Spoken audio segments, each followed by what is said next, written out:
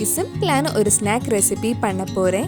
வீட்டில் இருக்கிற பொருட்கள் வச்சு 5 நிமிஷத்தில் ரெடி பண்ணிடலாம். ரொம்ப சிம்பிளாக ஈஸியாக பண்ணுற ஒரு ஸ்நாக் ரெசிபி. இந்த சுவையான ஓமப்பொடி எப்படி செய்கிறதுன்னு இந்த வீடியோவில் பார்க்கலாம். ஃபர்ஸ்ட் ஒரு மிக்ஸி ஜாரில் 1 டேபிள் ஸ்பூன் ஓமம் அரைச்சி எடுக்கலாம். இந்த மாதிரி அரைச்சதுக்கு அப்புறம் இதில் 1/2 கப் தண்ணி ஊற்றி கொஞ்சம் நேரம் ஊற வச்சிடலாம். ஒரு பவுலில் 1 கப் கடலை மாவு எடுத்திருக்கேன்.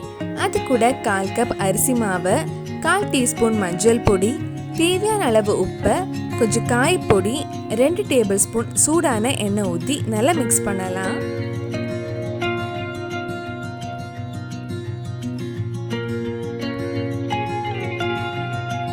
நல்லா மிக்ஸ் பண்ணதுக்கு அப்புறம் நம்ம ஊற வச்ச ஓம தண்ணி வடிகட்டி கொஞ்சம் கொஞ்சமா இதில் ஊற்றி நல்லா மாவு மாதிரி பிசைஞ்சு எடுக்கலாம்.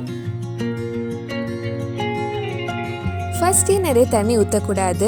கொஞ்சம் தண்ணி ஊற்றி பிசைஞ்சதுக்கு அப்புறம் தேவைப்பட்ட மறுபடியும் கொஞ்சம் தண்ணி ஊற்றலாம். இந்த ஒரு கன்சிஸ்டன்சியில் மாவு ரெடி பண்ணி வச்சுக்கோங்க. ஓமப்பொடி பண்ணுறதுக்கு ஒரு இடியாப்ப அச்சு எடுத்திருக்கேன். அதில் மாவு ஒட்டாமல் இருக்க கொஞ்சம் எண்ணெய் தடவிக்கோங்க. இப்போ நம்ம ரெடி பண்ணி வச்சிருக்கிற மாவை இதில் போட்டு சூடான எண்ணெயில் இடியாப்ப மாதிரி புழிஞ்சு ஃப்ரை பண்ணி எடுக்கலாம். இப்போ இது ஃப்ரை பண்ணுறதுக்கு ஒரு கடாயில் எண்ணெய் சூடு பண்ண வச்சுருக்கேன். எண்ணெய் சூடானதும் நம்ம ஃப்ரை பண்ணி எடுக்கலாம். இந்த மாதிரி அழகாக இடியாப்பத்துக்கு புளியிற மாதிரி ரவுண்டாக புளிஞ்சுக்கோங்க. இது பண்ணுறப்ப ரொம்ப கேர்ஃபுல்லாக இருக்கணும். எண்ணெய் சூடாக இருக்கிறனால நம்ம மாவு போட்ட உடனே சூடான காற்று நம்ம கையில் படும்.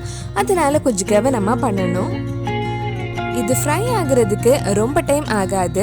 போட்ட உடனே டக்குன்னு ரெடி ஆகிடும். மெதுவாக திருப்பி போட்டு இன்னொரு சைடும் கொஞ்சம் ஃப்ரை ஆனதும் எடுத்துடலாம்.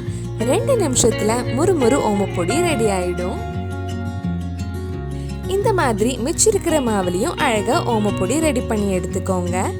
இதுக்கு முன்னாடி நம்ம சேனலில் நிறைய ஸ்நாக் ரெசிபி பண்ணியிருக்கோம். அந்த வீடியோஸ் எல்லாம் நீங்கள் இன்னும் பார்க்கலன்னா அதோட லிங்க் டிஸ்கிரிப்ஷனில் இருக்குது. மறக்காமல் அந்த ரெசிபிஸும் போய் பாருங்கள்.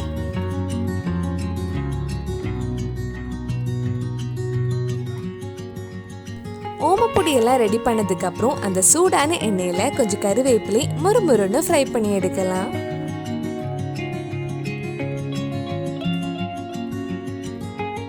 கடைசியா இது நல்லா பொடிச்சதுக்கு அப்புறம் நம்ம ஃப்ரை பண்ணி வச்சிருக்கிற கருவேப்பிலையும் போட்டா நம்ம முறுமுறு ஓமப்பொடி ரெடி ஆயிடும். இது பண்றதுக்கு ரொம்ப டைம் ஆகாது. 5 நிமிஷத்துல ரெடி பண்ணிடலாம். கண்டிப்பா இந்த தீபாவளிக்கு எல்லாரும் இந்த சிம்பிளான ஸ்நாக் ரெசிபி உங்க வீட்டில் செஞ்சு பாருங்க. பிடிச்சிருந்தா இந்த வீடியோவை லைக் பண்ணுங்க, உங்க ஃப்ரெண்ட்ஸ் அண்ட் ஃபேமிலிக்கு ஷேர் பண்ணுங்க. வேற நல்லா ஸ்நாக் ரெசிபி நம்ம சேனல்ல ட்ரை பண்ணலான்னு கீழே கமெண்ட் பாக்ஸ்ல சொல்லுங்க. நீங்க இன்னும் என்னோட சேனல் சப்ஸ்கிரைப் பண்ணலைன்னா மறக்காம சேனலையும் சப்ஸ்கிரைப் பண்ணுங்க. கூடவே அந்த பெல் ஐக்கனையும் பிரஸ் பண்ணா நான் புது வீடியோ போட்ட உடனே உங்க போனுக்கு நோட்டிஃபிகேஷன் வந்துடும்.